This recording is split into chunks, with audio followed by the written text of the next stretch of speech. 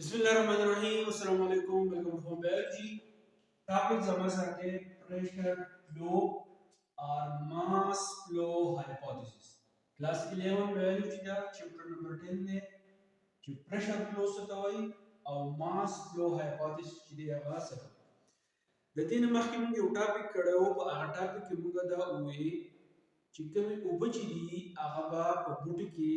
څنګه تقسیمېږي په دې ټاپک کې به تاسو ته ما چې کوم خوراک په بوټو کې تیار شي هغه په کومه طریقه باندې په دې بوټو کې تقسیمېږي نو دې نوم ورکړل د ټاپک لا پریشر فلو اور ماس فلو هایپوتھیسس خوراک چې کله تقسیمېږي نو په دې کې خوراک علاوه کوم اوبه چې دي په بوټو کې هغه خپل کردار ادا کوي دا ډایګرام ما وشته د دې په کې د دې ډایګرام ایکسپلین کولو مخکې ولته اوس دوه خبرې کوم چې یو زموږ سره سورس څنګه استعمالېږي یو سیډ سورس مونږ څه ته وایو سورس مونږ دې ته وایو چې په بوټي کې په کوم ځای کې خوراک تیاریږي نه هغه ځای ته مونږ وایو سورس تاسو ته پته ده خوراک تیاریږي د فوټوسنتھیسس په ذریعہ باندې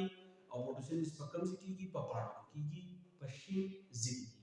نو سورس مونږ دې ته وایو چې کوم خوراک تیار کی او هغه تقسیمای د بوټي هغه ارګنز چې هغه خوراک تیار کی هغه تقسیمای هغه د موږ سورس وایو سینک ستوي سینک دی ته وایي په بوټي کې چې کوم خوراک تیار شي او کوم ارګنز استعمالي نو هغه ارګنز کوم چې د خوراک استعمالي د خپل فائدې لپاره نو هغه ځکه موږ سوایو سینک وته وایو لکه پانی خوراک تیار کو د سورس شو دا خوراک پر سټیم کې استعمالېږي یا پر روټس کې استعمالېږي نو دا ته موږ سینک وایو د پریشر فلو او ماس فلو هایپوتھیسس لپاره په دې ډایګرام کې تاسو ځان وکړئ دا کوم حصہ چې دا د فلویم دا چا دا د فلویم دا اواز تاسو برابر راځي چې وایي دا کوم حصہ چې دا د فلویم دا وس دا کوم حصہ چې دا نو دا د ځای وګورئ په دې فلویم کې څه دي د فلویم زموږ سره دا چل کوي چې دا خوراک تقسیموي زایم دا چل کوي چې دا اوبه تقسیموي ټیک شو اوس د دې فلویم نه علاوه زموږ سره په دې بوټو کې بل قسم سیلونه موجود دي چې هغې ته ویل کېږي کمپینین سیلز کمپینین سیلز چې دي دا هیلپر سیلز دي یا سپورټیو سیلز دي دا د خوراک په لوډینګ او ان لوډینګ کې کار ورکوي لوډینګ مطلب دا دی چې کله خوراک تیار شي د کمپینین سیلز یوالي او ان لوډینګ دی ته وایي کله چې دا خوراک ویسي او چې چارې ورکوي هغه د ان لوډینګ ټیک شو بس وایي په دې کې دا زموږ سره پاڼه ده ټیک ده چې څه دی لیپ دی دا لیپ چې کې دا خوراک تیارې یعنی ګلوکوز شوګر تیارې ټیک شو دا مالیکول زموږ سره تیارې اوس چې کله دا پاڼه خوراک تیارې موږ ویلی شو چې تاسو ته ما په اوله کې وویل سورس موږ دې ته وایو د بوټي هغه ارګن چې هغه خوراک تیارې هغې ته موږ سورس وایو نو دا لیف چې دی دا څه دی دا سورس دی نو دا لیف ولې کېږي دا شوګر تیار کړي خوراک تیار کړي دا خوراک چا له ورکړي دا کمپینین سیلز له ورکړي نو کمپینین سیل دا چې وکړي چې دا خوراک لوډ کړي ټیک شو کله چې خوراک لوډ کړي نو دا خوراک اوس به دا فلویم سیلز دي چې کله دا فلویم سیلز ته ځي نو په فلویم سیلز کې زموږ سره دلته بل قسم سیلز دي چې هغې ته موږ وایو سیو ټیوبس نو د سورس نه دا خوراک راشي کمپینین سیلز ته د کمپینین سیلز نه راشي سیو ټیوب سیلز ته ټیک شو اوس دا داسې را روان دی وګورئ دې څه پخوا کې دلته زایلم دی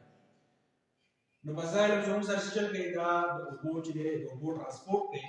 نو د اوبو یو عادت دی هغه عادت پکې دا دی چې دا اوبه همیشه سلوټ طرف ته چې موومنټ کوي نو دې اوبو دلته اوس سلوټ ولګو خوراک یې ولګو په فلویم کې نو دا اوبه د زایلم چې دی دلته کې راشي چې کله دلته کې راشي نو په دې کې یو قسم پریشر چې دی ډیولپ شي هغه پریشر ته موږ وایو په دې سیو ټیوب سیلز کې هغه ته ویل کېږي هایدروسټیټیک پریشر چې څه وایو هایدروسټیټیک پریشر ٹھیک شو اوس دا هایدروسټیټیک پریشر چې دلته کې ډیولپ شو نو دا اوبه باندې چې داسې دی په لاندې باندې راځي دا خوراک چې دی دا هم د ځان سره راوړي ٹھیک شو نو په دې فلویم ټیشو کې دا زموږ سره ویسکولر ټیشو دي کنه فلویم او زایلم نو په دې فلویم ټیشو کې زموږ سره کوم پلیټس دي چې هغه ویل کېږي سیو پلیټس ٹھیک ده د دې سیو پلیټس کې دلته کې واړه واړه سوري د هغه وړو سورونو په خوراک چې دا په پاش ٹھیک ده دا خوراک چې کله لاندې راشي فرض کړه دا خوراک چې فروټ ته ځي نو د فروټس یا زموږ سره روټس دي یا زموږ سره سټیم دي نو دغه روټس یعنی کوم سینګ چې دی سینګ ما تاسو ته وی دا هغه ارګنز دي چې کوم د خوراک سره څه کوي د خوراک استعمالي وځ دې سینګ ته دا خوراک راغلی په سینګ کې زموږ سره څوک ته فروټ دی نو د دې فروټ او د فلویم په منځ کې به هم کمپینین سیل چې دی لګېدلی دلته کې کمپینین سیل د خوراک د لوډینګ کار کوي نو دلته کې چې کوم کمپینین سیل دي د خوراک راشي د کمپینین سیل دا کمپینین سیل به دا چول چې دا خوراک چې دا به انلود کی نو کله چې دا خوراک چې انلود کی نو دا خوراک په چټه لړ شي دا به فروټس ته لړ شي د استعمال کی مطلب دا سیل ته چې دا خوراک مینو شو نو اوس به څه شي دلته خو به څومره راغلي نو دا اوبه چې دي دا به واپس د فلویم چې دی دا به د زایلم چې دی واپس لاړ شي نو دا شان چې بیا د سلوټ ملاویږي نو دا شان دا چکر چې دی دا به د سي دا به د سي جاري دې ته موږ وایو پریشر فلو